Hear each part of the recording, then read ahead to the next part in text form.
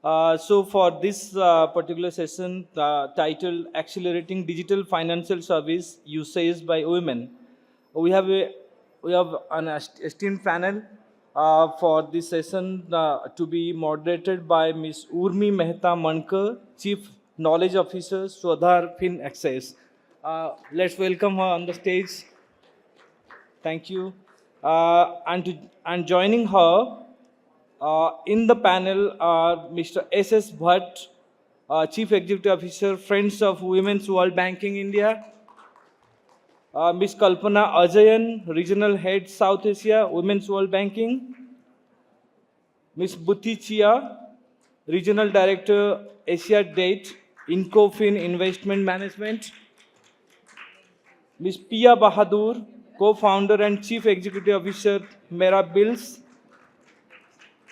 Ms. Jayatri Dasgupta, Chief Marketing Officer, Nearby Technologies and Program Director, Digital Nari. Mr. Sunil Tadepalli, Co-founder and Chief of Partnerships, Avanti Finance Private Limited. Let's give them a round of applause, ladies and gentlemen. Thank you. So I hope we will have a great discussion. Now over to you, Umi. Thank you, Shubhendu. Hello, everyone, and welcome to this very interesting panel on accelerating financial digital usage by women. We're all very excited to be here.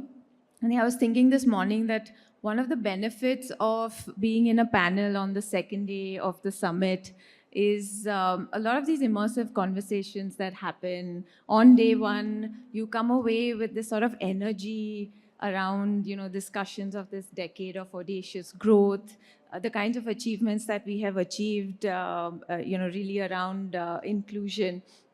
And that also made me think a little bit about the experience that we've all had. I think someone mentioned in the room yesterday about all the gray-haired people who've seen this change, worked through it in the last decade. I know I certainly count among some of those.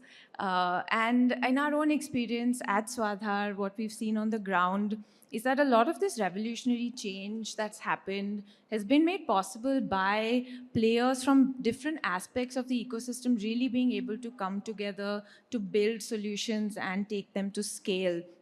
And also, as we look at this, how do we really plan for the next decade? How do we ensure that we're able to build on this widespread access due to accounts coverage, this momentum of UPI? And how do we ensure that 10 years from now, when we're sitting in a room like this, we still are able to celebrate equally remarkable achievements around this? And I think for that to happen, one of the things what we're talking about today is the conversation has to move from access to just access to usage, and really looking at how we can build on that. I'm very excited to have this, and my thanks to the Access team, because they've made my work so much easier with this amazing set of panelists that are here today. For the conversation today, I actually wanted to talk about two aspects of the theme. Talking about the kinds of barriers and enablers that women face in being able to access digital financial services and the kinds of solutions that we need to design for them. But also, how do you take solutions like these to scale to ensure in a country like ours that we're really able to take this to every corner, make these solutions successful, and talking a bit about the kinds of investments that are needed and the kinds of market nudges, the leveraging of technology that can really take us to that level. And actually, before starting off, I wanted to do a quick show of hands in the room. How many of us now do use primarily only digital channels for all our financial transactions? And I think that's close to 100% of this room. In India, today, we account for more than 50% of real-time payment transactions globally. And I think really this next decade is about digital access. And I'm very excited to start this conversation and speak to you. I'm going to start, Kalpana, I wanted to start with you. I know for your work at Women's World Banking has been a lot about deeply focusing on this intersection between gender, digital, and financial access. And I wanted to start with this idea of even very fundamental barriers like trust, like confidence, especially for first-time users who are women.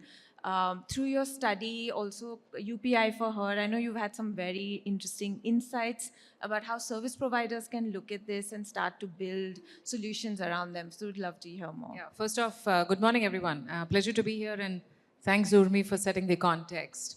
So, when we're talking about digital financial services, and really the way we look at it in Women's World Banking is that um, everybody has been talking about digital financial literacy. We've got to move, pull it a little bit higher and call it a digital financial capability. And what do I mean by this really? When you say literacy, it's just about knowledge, and you could add one more layer, maybe skills. But the most important element when it comes to women is really the confidence and trust that she needs to have. Because without that, no amount of literacy or the work at the ground level is actually going to result in something that you need to get done. So digital financial capability is really skills, knowledge, and the added element of confidence and trust. So fully aligned in terms of this is how we need to reach the women, point number one. So the barriers in the context for women to use the digital financial services is very unique, and unless we have a complete knowledge in terms of what is it that we are trying to solve, a lot of times when we work with fintech solutions, etc., there are some misguided steps. So, for instance, and I will jump into the UPI for Her project that you referred to, Urmi. For instance, the approach from fintechs is that you make it as seamless as possible for the woman, for a customer. I mean, you're not differentiating. It's actually better for the customer. But our research and knowledge is that a woman, what are the needs of the woman? So are we designing for the woman? So if the need for the woman is in terms of having full control and confidentiality, very critical. So she's saying, when we talk to her, that I want OTP alerts. I need to know what this transaction is before I approve it. So I'm just trying to place the context of the woman versus the context of the people that are actually providing the solutions to the women. So unless we know whom we are serving and what her context is, these barriers are very real and and will be there. Coming to the point around the work that we did with NPCI, this is the work that we called it UPI for Her. And the whole work revolved around how do we bring in more such women. And we came up with this number, not we, it was actually published data. GSMA came up with this number of 200 million. So the first barrier, just to go back to your point, is ownership of phone. The second barrier, of course, is access to internet. So this 200 million women we're talking about are women over the age of 15 who actually access mobile internet. Yeah, the access. So having a phone and having access to internet are two very critical barriers for her to. And so we've established the business case of it, because at the end of it, all our solutions in Women's World Banking it's got to make business sense. So 200 million is mouth-watering by any stretch of imagination. And so we worked very closely with 3 partners on this. This was with PhonePe, Spice Money, and MobiKwik. And we came up with solutions. And one very important aspect when designing these solutions is that oftentimes the mistake is that you treat all these women as one homogeneous mass. They aren't. Their needs and their context is very different. And so when you're designing solutions, do we understand this, segmentation? So we actually came up based on their psychographic and the usage, etc. We came up with 4 segments. We named them cautious balancers, fence-sitters, explorers, and the fierce conservatives. The name is a giveaway. And so we said, okay, it's going to be a far more difficult task for the fence-sitter, for the fierce conservative. The explorers are very happy. They're doing their own thing. So let's just focus on these two segments of the cautious balancers and the fence sitters. Who are these women? Just a thumbnail picture, if I may, is the cautious balancer is the woman who is an individual, maybe a teacher, operating a tuition teacher from a home, etc., who's very cautious about using, who wants to use but is terrified of all the perils of digital usage. On the other hand, you have a fence sitter who is using, who's actually quite comfortable with using, digital financial services, however, is not seeing the use case of it. So we came up with two distinct products. We tested an individual product, which was like a prepaid instrument, which is basically a small wallet. So what is the barrier? She does not want to expose her entire savings. So could I create a wallet in which she enters the formal financial system and payment is the most relevant product for her? If I can create a wallet where I partition my wallet and put a smaller amount what I can take as risk and expose that to the digital financial, is that a good way? So that's the PPI product that we tested. And for the use case one, the fence sitters, we actually went with UPI for merchants. So we went after the entrepreneurs, the nano micro entrepreneurs, and actually showed them the business case of using. So I'm in a cash economy. Why do I need to be on UPI? And then we are talking to the FSPs, the fintech players here, and they're saying like, oh no, we've penetrated the tier 2 and tier 3. But the fact that gets missed often is that the nano micro entrepreneur is not on high street. She is operating from homes. So therefore, the FSPs are actually missing this whole piece around, where these, because oftentimes I'm asked, where are these women? I'm like, here are the women, right? So the point around these two was that, you need to be designing, and our research showed some very startling facts. Once you understand the context and design processes around, for instance, the need to have a phygital onboarding, very important. Just because, you download the app, they aren't going to use it. You need to have some sort of a hand-holding. But at the same time, can I come up with scalable solutions? Because it's got to be commercially viable. So could you therefore have an initial piece of onboarding, leveraging the resource at the ground level? So your BCs, your BC Sakis at the ground level, your CSC resource, all of them are looking for livelihood opportunities, right? So could you, bring them in and have them, onboard these women onto the platform. Very important to do this handholding. Our magic number was actually 5. And I'll tell you why. Because the minute she's onboarded and she's able to do 5 transactions in 1 week, she's all set. She doesn't need you and me. She's completely comfortable, right? So that's one learning. In terms of UPI for her, transparency. The fact that the settlement happens 24 hours later. She's a woman who's used to cash transaction. She doesn't see the money at the end of the day in her balance. She's panicking. And onboarding oftentimes ignores these important facts. All that she needs to be told is, this is going to come tomorrow, 24 hours later. She's completely okay with it. She's not demanding for the transaction to be, but she needs transparency. So these are, the gendered kind of ways in which you need to be mindful of her barrier and her context. When you're designing these digital financial solutions. Yeah. Thank you. Thanks, Kalpana. I think some very interesting points, particularly around this idea of building relevance, about capabilities. And I think the point you made around the hand-holding piece is actually a perfect segue also into the next question. And when you talk about the types of enablers, and Jayatri, I wanted to pull you in. One of the key enablers that or I think everyone who's worked in the sector has seen is that powerful role of community networks and peer support. And like you said, Kalpana, also the BC Sakhis, those people on the ground who are those influencers locally. I wanted to talk to you about your work, also how you are really tapping into this this idea of the community network as nodes of knowledge and change within these communities, and through Digital Nari, some of the work you're doing. So we'd love to hear about that. Thank you, Urmi. And the mention of BC Sakhis in what Kalpana was saying already gets me started on a very good note. So thank you for that. So, like we have mentioned, the last 1 decade has been celebratory in terms of financial inclusion in India, right?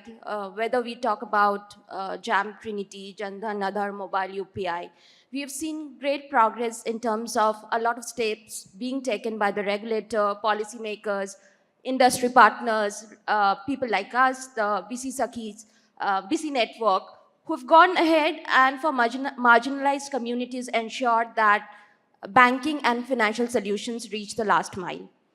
And at Pioneer by 2, we have been at it for the last 9 years. We have ensured that a lot of banking and financial services reach marginalized communities, whether it is farming community, the aspirational districts of the country, the urban-rural divide gets bridged with financial access. But one of the things that has been bothering us for the last few years is that while we've managed to enter into the hearts of various homes, still the usage of financial services for women has been low. And we've done various research on why is it low. I mean, while we are going to the homes, why is it not possible for the woman to then come and start using our network and ensuring the usage of the services?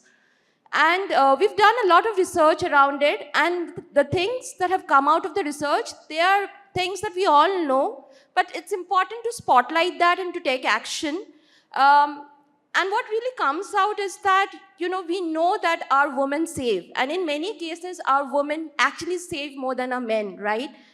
वो हम बोलते हैं ना चावल के डिब्बे में बाबूजी के फोटो के पीछे, we all know of that, right? The dabba banks that we know. So our women save, but they're not saving formally, right? That's one of the big problems that we have to solve for. Why are they not saving formally?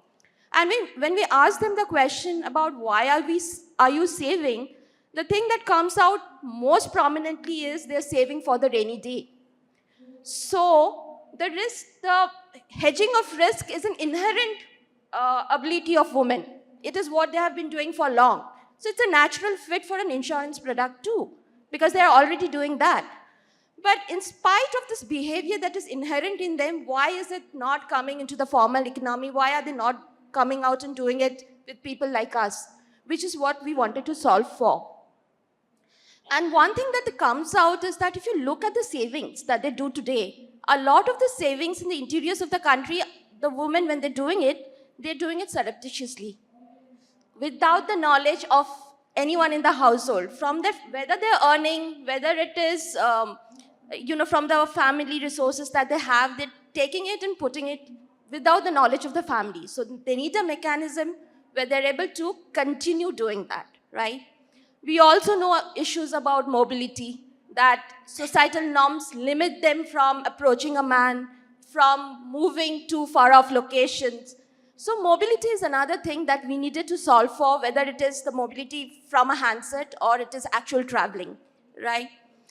And the third thing that came out, and we do this report, which is the Pioneer by Women Financial Index. We've been doing it for the last 3 years. One thing that came out very, very strongly is that women prefer talking to another woman influencer in close proximity, taking life advices, financial advices, whatever be the case. They would prefer to go to another woman in the proximity. So these are the 3 or 4 things that came out from the researchers, which I think at some level we all know, but we needed to put some action around it, which is where we said, can we build community influencers, women from amongst them, who can not only become the service providers of this essential services for other women, but also in terms of awareness, digital hand-holding, all of that can be enabled by her. And like Kalpana was mentioning, pure digital doesn't work because we still have the gap in terms of asset ownership, right? So we needed to figure out a model, which is a model to make it scalable, which is a combination of physical and digital. So what we did with Digital Nari is we identified community influencers who were digital, right? Who had access to a mobile phone, who were literate, and who could then use the various communication, information, products and services through our app.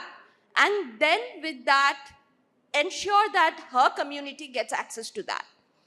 So interestingly, we talk about insurance and how is it essential by 2047, how everyone, the government's vision is Viksit Bharat and everyone having an insurance.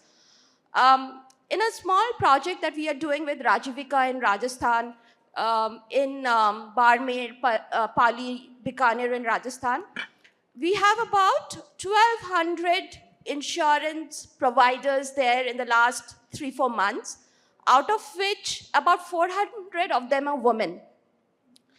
And the number of policies that women have done are actually double the number of policies that a larger share of men have done. So the economic value that comes in making a woman matured and enabling her to become a service provider, there's huge incentive. We talk about the demographic incentive, we talk about the gender incentive. The last mile is actually where the heart lies, and if we can make community influencers at the last mile who have the ability to then not only be a source of inspiration and awareness for other people around her area, but also ensure that she has the tools and mechanisms to be the service provider of, in her area. So that's the digital Nari model. We have today about 160,000 such Naris registered with us. And about 65,000 to 70,000 of them regularly transact. And whether it is in UP, whether it is Sitapur, Azamgarh, those kind of districts, Midnapur in West Bengal, Pondicherry in down south, or Rajasthan, like I mentioned. All of these community influencers, the moment it takes a little bit of time to get them matured because most of them are first-time entrepreneurs.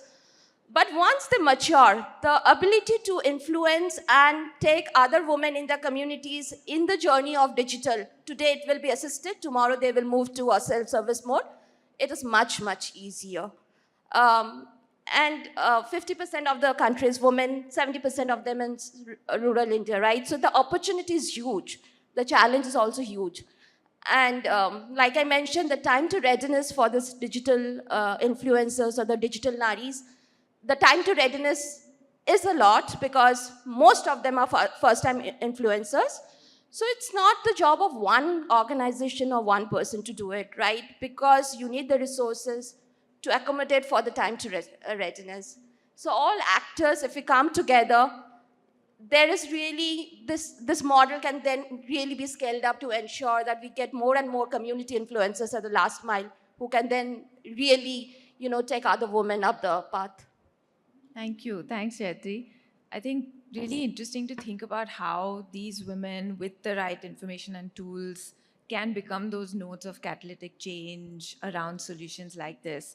And as you were talking about tools and information, I know, Karna, you also talked about confidentiality. This idea of information around your own finances, especially for men, can be, again, such a key enabler in getting control, building that confidence. And Pia, that's where I wanted to pull you in what I've been, I think I read what you'd written, also this idea of what Mera Bills is trying to do is democratizing business efficiency. And I really liked how that brought to mind this idea of that power of having and holding key information in your own hand and how that can really jumpstart the way you approach your business, the way you plug into larger market systems. So I wanted to tell us a bit about what you're doing at Mera Bills, how you're really building on that enabler. Yeah, thank you so much. And it's such a pleasure to be here and listen to all the conversation that has been going around, a lot of which is very relevant to the cohort we serve, which is women, rural women entrepreneurs. Okay, let me make it a little easier. Somebody walks up to you and says, buy a Honda City. I have the financing available. Your salary seems to be able to cover it. Please buy it. How long will it take for you to say, sure? There is no lack of a product right in front of you. There is an enabler also. But will I buy it? That decision making happens elsewhere. Where does the decision making happen? You will weigh and measure 300 things. I have a sick mother at home. I have a child going into college. My husband will be retiring soon. There can be 300 things. But that is, you know that. And you are conscious of that. The guy who is selling you the car and giving you the loan are not the people who are thinking of that. but you need to be aware of your flows. You need to know your salary, you need to know your husband's salary, you need to know your place in where it is right now and how you will need the money later. Unfortunately, in rural India and very small businesses, and especially that is financial literacy to me. Are we teaching this? How to use UPI, how to open a bank account, and those things are very important, not to take away from that. But more important is, how do I think about money? How do I understand my money? And that is something that is very, very important to bring it to women. Of course, we are not going to try to boil the ocean and have every woman in rural India understand that. So Mera Bill started with those women who have their own business, because those are at least transacting with money coming in and going out, and they have some control on it. Women who are running a household are being given the money by their husbands, or and of course many of them are doing some kind of livelihood activity in any case, so they are also seeing money coming in and going out. But if we could show them how this money accumulates, how it your cash flows work, how you measure how much money are you making at the end of the month or the beginning of the month, how much should you spend on your business, who owes you money, how much receivable is lying out there, what does your profit and loss statement look like? I mean, these are big words. And it may appear that really is this lady who is doing tailoring from home going to understand that? She does. She's running a business just like me. I run a business just like Microsoft does. These are all businesses. In the case of very large businesses, they have ERP systems to tell them. If a senior CEO of a large company wants to know, bhai, what is our, how much money do I have in the bank? How much, what is the valuation of the business? Or how much receivable do I have outstanding? His accounting department can give him the answer in 30 minutes, hopefully, if not 3 days. For this woman, where is that answer? How does she feel confident about where is her money? What is the money doing? And how do I track it? So we have built a very small piece of tech, which is like a micro ERP that will allow this very small business owner, whether she's a tailor, whether she's making pickles, whether she is making agarbattis, whether she's packaging masalas, this is the kind of business she does, but she still needs to know how much money is she making every month. Can she afford to buy mutton or ghee or spend on something, go for a movie with her family or not, or keep it for the next month? That information is needed for her, and she needs to be able to track it. So we make the app in Telugu, Marathi, Kannada, and 11 Indian languages. And like, both Kalpana and Jayati said, there is a last mile handholding. It comes from places of trust. We work with partners. It is a B2B model. This isn't a place where you throw the app on the Play Store, technology on the Play Store, on the cloud, go find it. Unlikely our woman sitting in Mehsana is going to go find it. It has to reach her. Not only does it have to reach her, she has to be trained on how to use it. Before she starts training on how to use it, she has to be explained why is it important to you. So there is a whole bunch of things that will come before she starts using technology. But she is new to tech. She's a first-time user of technology. See, we keep, and I'll digress a little, we keep talking about, but she's using WhatsApp. Oh, but she's looking at YouTube videos. But she's using Instagram. She's consuming content. That is not the same thing as using technology for livelihood. Very different things. And in order to do that, there is still a lot of ways we need to hold her hand and take her there, because she's going to get left behind again if we don't do that. So we really need to do that, and that is something that we are attempting and it has to be in partnership with already market players, or with perhaps the BC Sakhi model, with perhaps government, SRLMs, CRPs, I mean, what have you, everybody who has the last mile connect, because she needs to see this coming from a place she trusts. And who are the people she trusts? An NGO who's been telling her about health and about how to rear her children better, a lender who she has known for some time now, or the government who she votes for. So we need to work in partnership with these people, and which is what we do, to bring this kind of technology and to handhold her through that journey of onboarding. We, of course, have a lot of instrumentation at the back end to support our partners, which is how we engage with them. But essentially, when we're talking about how do you bring the last mile, how do you help women use digital technology more, it has all these physical parts. And of course, the emotional parts of how this will help you. She needs to see, I've put in 20 transactions, tell me something at the end of the day that I didn't know. Otherwise, why will I put in another 20 transactions tomorrow? So she needs to see the value very quickly. That's when she starts to use it. I heard, Kalpana also talk about it, that she's sitting on the fence. Why should I use this? How is it going to help me? So a lot of awareness building has to be done to tell her, how will this help you? Not just tell her, she should see it. It has helped me. Tonight I know who owes me money. Tomorrow if I have to return money to someone, how much money did I make today? What was my biggest expense? As an entrepreneur, I will also go to sleep tonight peacefully. And that is what we need to do. Show her the value of digital before she will use it. Thank you.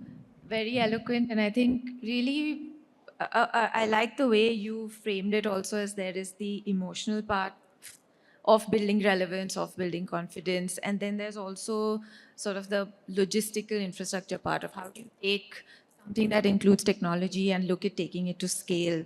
And I think that's why I wanted to shift gear also to maybe the second part of our discussion and also look at that. How do you take, solutions that incorporate these aspects of emotions, of behaviors, but once they are designed, how do you actually take them to scale?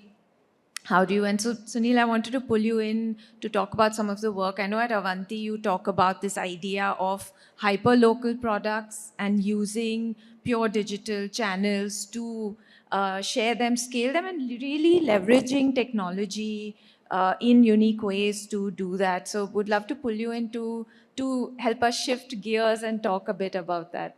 Yeah, thanks, Urvi, and thanks for having Avanti over here. I think this panel topic discussion is the heart of the mission that Avanti is set up for. Our founders, Mr. Tata, Nandan, and Dr. Kelkar, did not want to create yet another MFI or yet another financial institution. I think the focus was how do we drive digital, because they were very clear that vulnerable sections of the society, especially women, will be left out with the kind of digital waves that are coming in. Very early days, we figured out that the answer to this conundrum will be at the intersection of Samaj, Sarkar, and Bazaar. And out of these three, I think Sarkar is going far, far ahead at a very fast pace. What we figured out was, unfortunately, the Samaj and the Bazaar solutions are not keeping pace with the kind of digital public infrastructure, digital public goods that are being made available. UPI to this, OKIN to account aggregator, whatever you might call, right? It's coming in. We heard about Jan Dhan, we are hearing about Jan Bhima now, so many other things. So Sarkar is doing its job. So the question that was in front of us was, how do we make banking as a habit, right? And there is a lot of wisdom over here. And the answer that came to us was, we need to build on the trust again. So can we create trust again for us was, can we create credible solutions that are reliable? But most importantly, are they intimate in the sense intimacy, right? Into me see. Can you see what my reality is? Can you create a solution that works for me, my context, for my livelihood? So then the question was that, should we scale what works, or should we look at what works at scale? I think that was quite a liberating moment for us to think about what works at scale. And the answer was very, very clear. Again, everybody in the panel and people all know, the answer was about societal thinking, it's about collaboration, and it's about an ecosystem. So with just about 80 people, we have been able to create presence in 27 states, serving close to about 900,000 customers.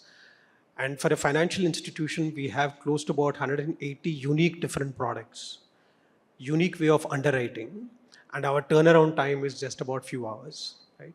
And this is for people who don't have verifiable income as well as expense proof. But to do this, Avanti is not doing it alone. We need an ecosystem, so we work with BCs, we work with people who build the capacity and the capability on the ground. We work with partners who actually have the potential to design products for the community. So there is the JLG group, there is the SHG group, Women Learn. There is this aspect around survival anxiety, but is more than learning anxiety, people change. There is a lot of survival anxiety, women learn, people learn. Nobody taught them how to do SHG, JLG. They will pick it up. But the answer is in the ecosystem play, and that's what we've been able to do. So happy to report that we are one of the few organizations who track if the credit score of some of our borrowers has become better, because most of the customers that we deal with are victims of circumstance rather than willful defaulters. So how do we adjust and how do we give them one more chance through the ecosystem, bringing the trust in? I mean, technology solutions are there, but again, the phygital model. So close to about 31% of our customers are new to credit. And through a couple of our partners and ecosystem play, we've been able to deliver or better people's credit scores close to about 18 to 19%. So it's possible, but again, it's a question of ecosystem play. Happy to share any specific details or any other information that's required. I liked how you framed it as what works and then what works at scale, and where does one find that perfect sweet spot between the two. But also the point you made actually around this idea of ecosystems. And I think in this past decade, and so many of the conversations yesterday also focused on that idea of different players stepping in to do their part of doing this.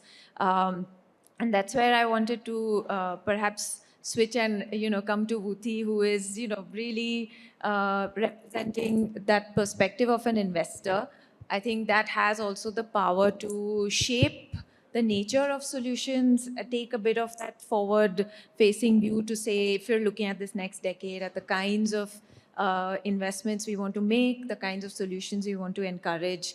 Wanted to, I think, have you chat a bit about Incofin, the gender lens that you've taken to some of the investments, but also how do you feel in terms of the kinds of market nudges that are possible to drive this kind of accelerated digital financial usage, particularly for women? How can we really build that really into the ecosystem, as a lot of people on the panel have been saying? Sure.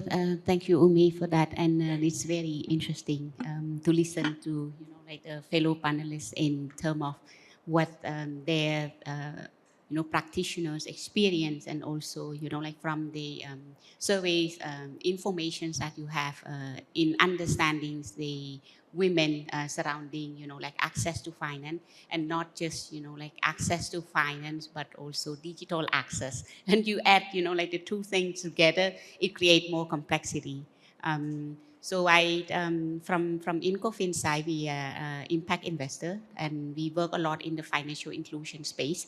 And that would mean, our target impact that we want to achieve is actually serving the last mile, right? The rural community or marginalized group. And on top of that, we are wearing gender lens and climate lens on this matter. And then when we look at gender lens, then, we want to target women in terms of receiving access to finance, mostly because partly we work a lot on the financial inclusion.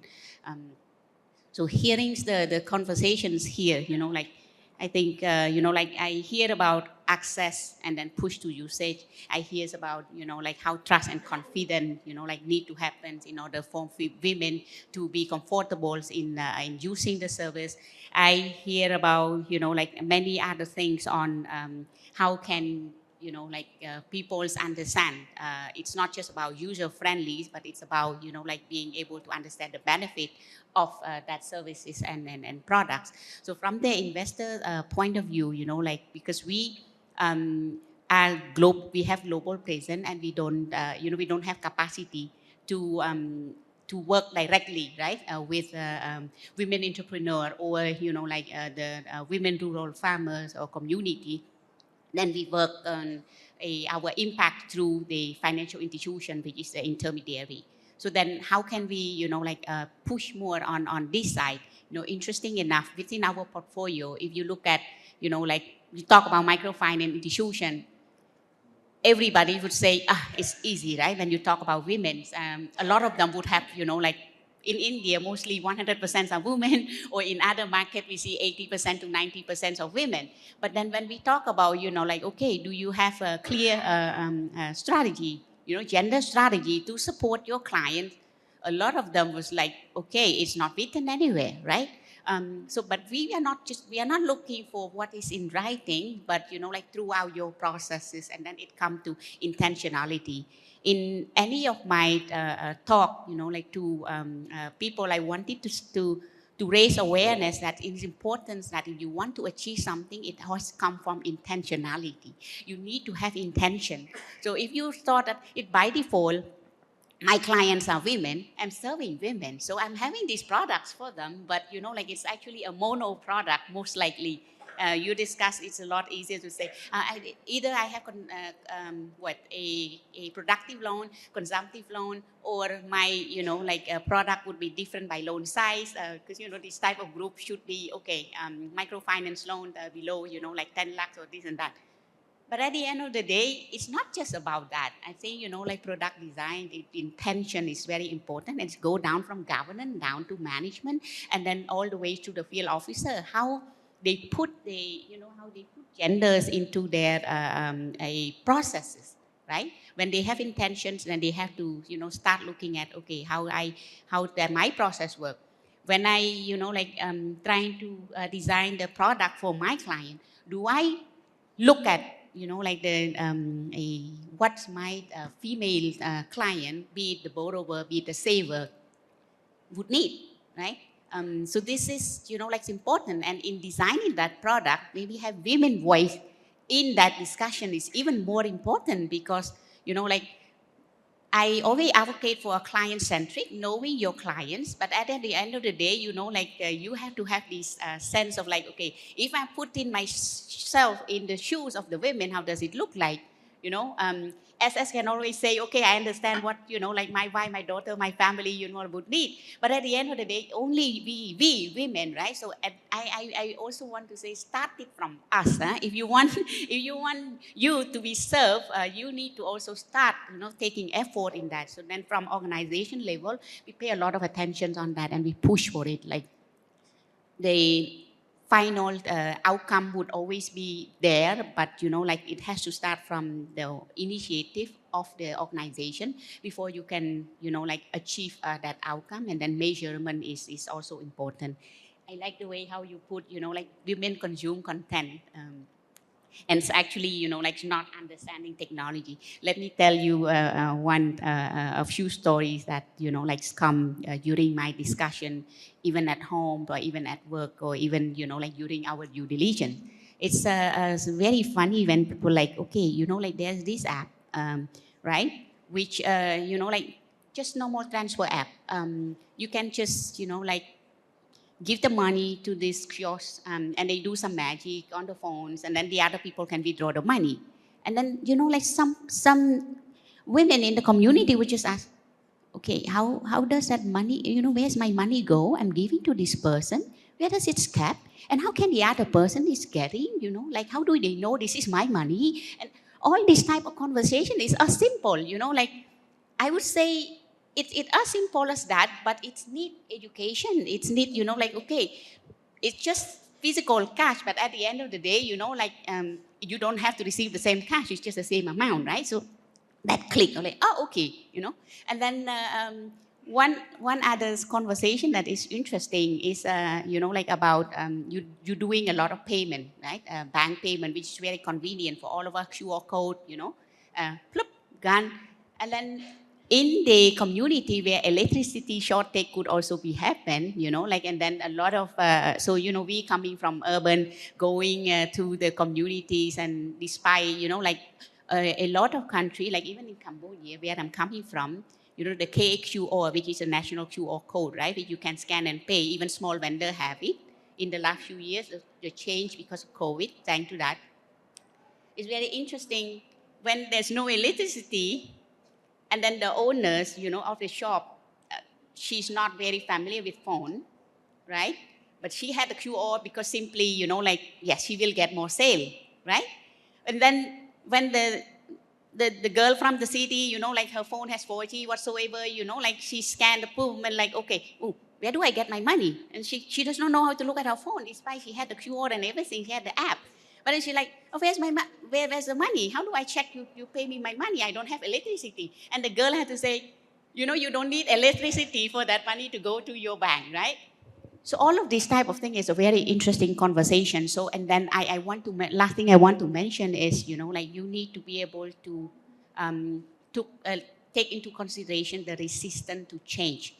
You look at how many of us here, sorry, I'm still using paper. You might have paper and phone, like the same things when you talk about, like pushing the usage of digital.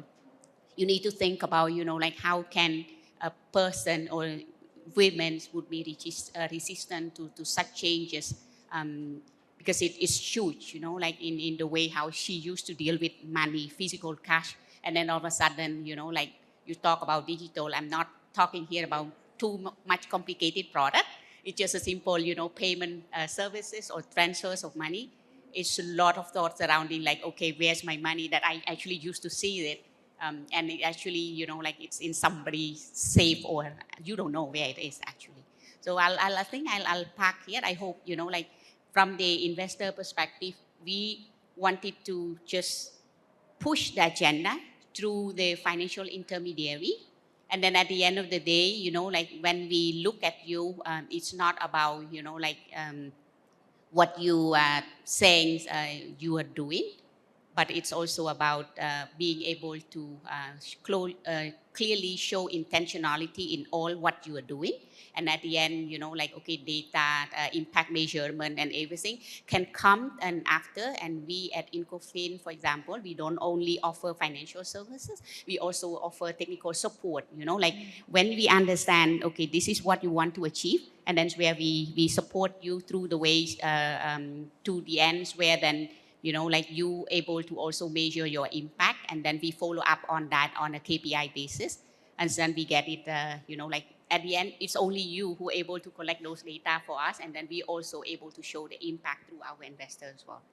Thank you. Thank you. And I think it's so true that every time we talk about this idea of digital financial access, there is this notion also of moving from that security of actual money in your hand, I know exactly what I have, to this ephemeral concept of some numbers shown up on my phone and that means it's my money. And I think from that perspective of the investor looking all the way down the chain to how intentional it is, not just a tokenistic approach to saying, yes, all our customers are women, but really in that design, I think that's such a key part. And I'm going to use that to move to Mr. Bhatt to talk to you about, I think at FWWB also, there has been this approach to say we combine catalytic investments with this idea of capacity building and that gender lens. And I wanted to actually talk to you about some of the work you've been doing also in around building market access and encouraging digital adoption. So if you can tell us a bit about it. Yeah, good morning, everyone. Thank you, Urmi. I think in the panel, being the last speaker is sometimes difficult because already it has come that only 10 minutes left and other things. But taking the discussion forward, the thing is all the panelists here have spoken about the various products or the available resources with them, how the women can use it and try to enhance their capabilities. Okay. At FWWB, what we do, as you told, is build the capacities of women and enhance the access to financial services. It is the core objective of financial services, whether it is physical financial services or digital financial services. Usage of financial services at the core of the FWWB's objective. Now that the products are available, maybe either Kalpana's UPI 2.0 or Mera Bills of PIA, and even technical solution of Avanti, any other solution. But how to make this work at the women's level at the field? That is what we are doing to see that, yes, there are products. I think we are trying to create a awe moment. See, in the two-wheeler sector, we have seen scooty coming in. Then the number of women using the scooty. Now I think it is usage, maybe about 60 to 70% of women are using two-wheelers. That sort of moment we need to create in the field to see that, yes, how we do it, we create a listening post. Maybe we listen to the women, go to the women at the even very distant areas and talk to them, find out, see, these are the products available. What is that? Whether you can use that. What are those challenges you have? Maybe even Pia Badur's Mera Bills, we took almost 3 years back to the field.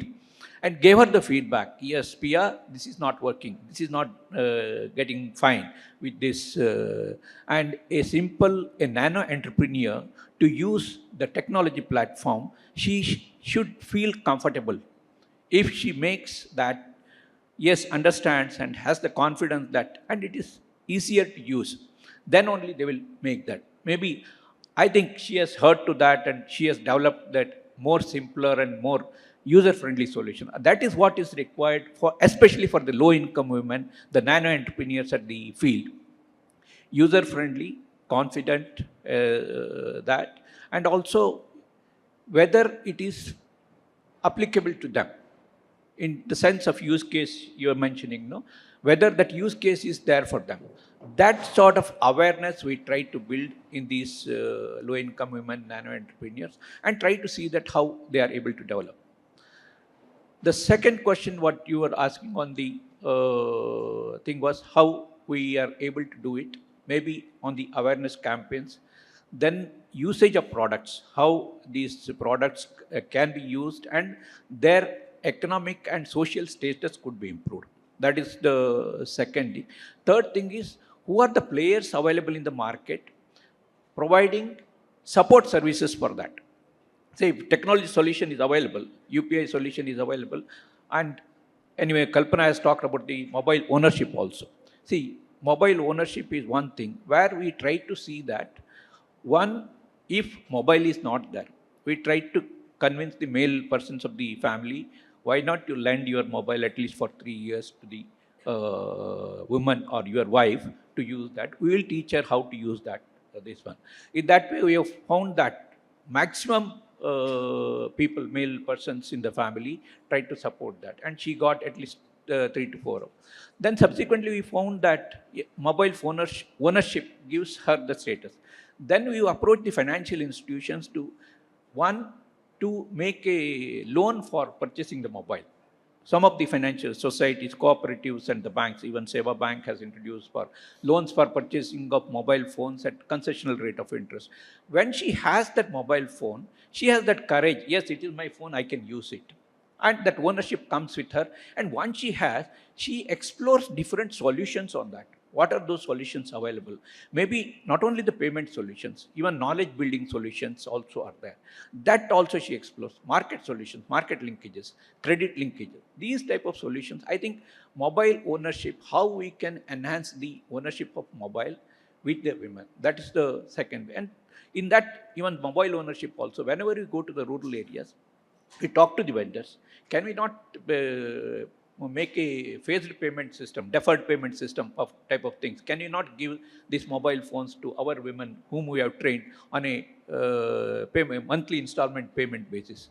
With that, they're able to acquire that mobile and use different solutions. When it is in their hand, I think they are definitely have that confidence to use the solutions, make them understand, and whatever is relevant for them, that they are doing it.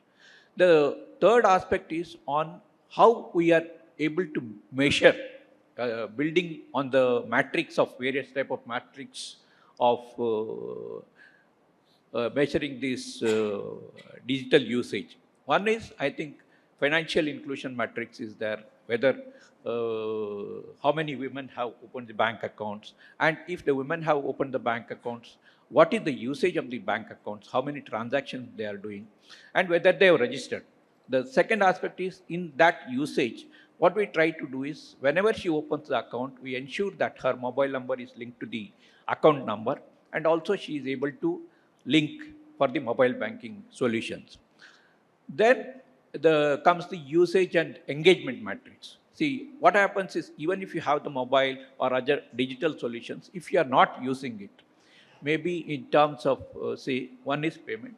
Second thing is in terms of marketing. Many of the women, we have seen that WhatsApp, Instagram, and Facebook. I have so many examples where a lady in Manipur who was having a cake shop used to do some, say, very nominal products and used to say about 300 to 500 rupees.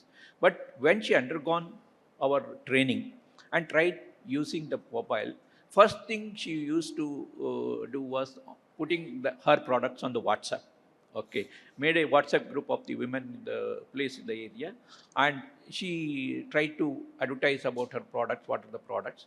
Then she went to the Instagram page wherein she said that I am doing these products. If you have got any orders, you please. Now with that only, using WhatsApp and Instagram, she has been able to maybe about 100 times increasing her turnover.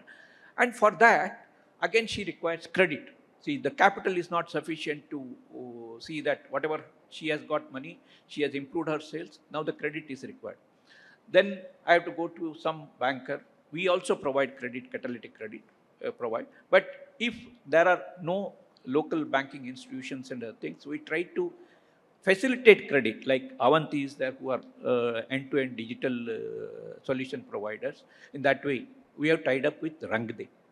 Rangde is one P2P wherein they cater to only the social sector.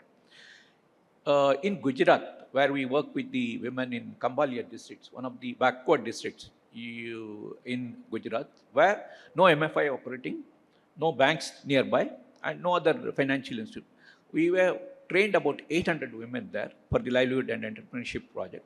But when it came to getting credit, and we also lent to some institutions, we told some of the NGOs, we'll give you money, you try to. No, sir, we will not do that. Then what we did? Then we searched for Rangde, wherein they have the end-to-end technology solution. We onboarded our entrepreneurs, the women who require that credit. Now we onboarded them on that platform. I think within 15 days, almost 30 women got loans up to 3 lakhs of rupees at 6% rate of interest. I think that is the magic of, and if these women were not introduced to this solution, if we are not exploring that solution, that's what I was exploring with Avanti also now, whether we can collaborate with in some other areas to make this digital credit available at remote areas, because the transaction cost is less, the transparency is more, and you need not go to bank making the payment. Even those women who were not using the mobile phone in Kambalia, they now make the payments, because Rangde, as per RBI guidelines, it has to be through the digital mode and the person to account mode. In that way, they have understood all those techniques of using the technology. Therefore, what I say is, these type of things have to be practiced, given handholding support and mentoring support. If they get some problem, there should be somebody at the back to see that, no, I will solve your problem. You go ahead and try to implement these solutions. The third matrix, what I call is the impact matrix. I think by doing this, whether there is some impact in the field, whether people are, the women is able to enhance her income, or economic empowerment is coming, or she is able to build financial resilience, whether she is able to build that resilience, and she is able to get the leadership. Because what we have seen is, if you have financial freedom, if you have money, I think that leadership automatically comes in the family. First comes in the family, then goes to the community, then goes to the society at large. In that way, we are trying to facilitate the movement of women in different fields through the technology solutions, and that has worked. The last thing is on the capacity building and the partnerships. I think what we have seen is partnership is very important here. If we have to provide certain solutions, there should be a comprehensive partnership. One on the implementation level, whether on the capacity building side, your proper partners at the field, mobilization of women, right type of women. The second thing is whether you are giving those solutions which are required by that women. There may be some tailor-made solutions, but it may not be relevant for the women. Either those solutions are available with some partners, like we have this partnership with Rangde and other things. And even on the marketing linkages also. We have tried to move our women on the ONDC platform and the GEM platform and other things. In that way, having partnerships to work, ecosystem work for the women is the final ethos of FWW, and we are trying to see that how women can come forward and participate in the mainstream economy. Thank you. Thank you. Thank you, Mr. Bhatt. In a way, you also brought us back to that idea of usage and ownership of a phone in every woman's hand and the ability to use it, but also this idea of designing holistic solutions that are in partnership. And I think that is a theme that has quite emerged across each aspect of this, and it's really interesting where almost, I think, as each of you spoke, I could see how future conversations can help us lead towards that. I know this is the beginning of this conversation, and I know we're at time. I wanted to check if there's any questions from the audience for any of the panelists.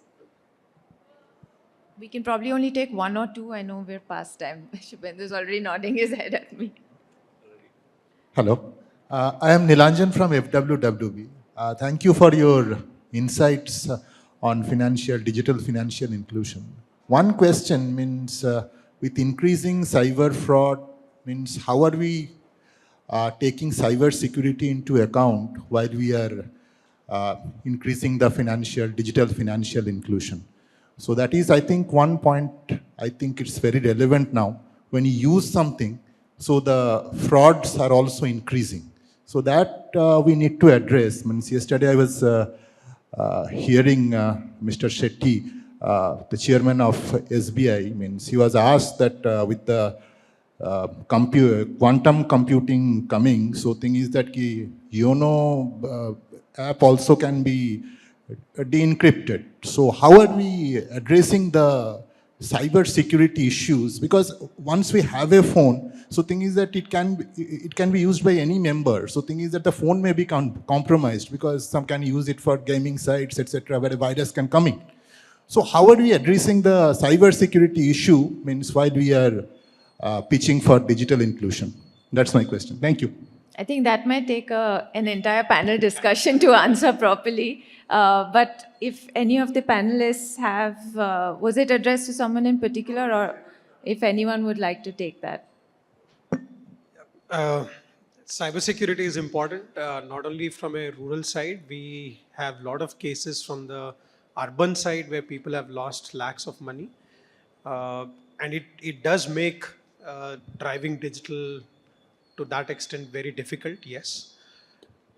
The answer is just not in looking purely from a digital mode. At least I think what this panel has been discussing is we need a combination of digital and physical. So phygital model, and at the same time giving them this fail-safe access, which is to say that the biggest impediment for adoption of digital is because I don't know what will happen if my transaction fails.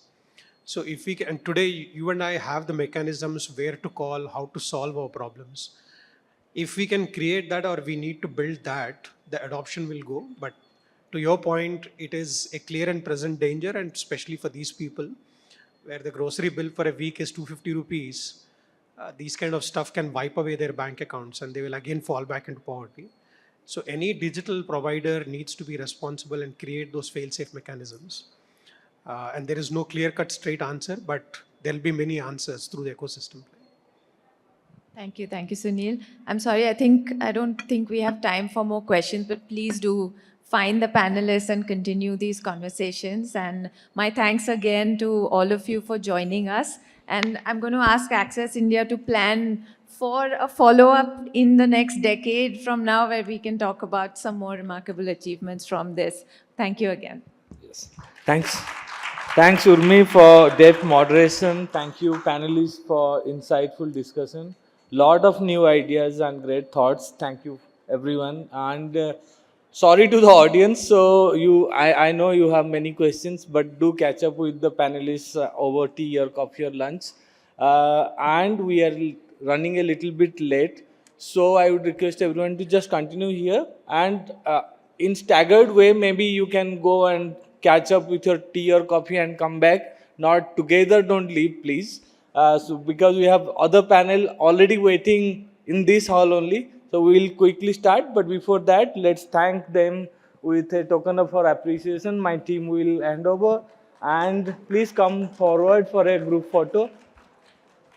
Can you just come forward a bit? Thank you. Thanks a lot.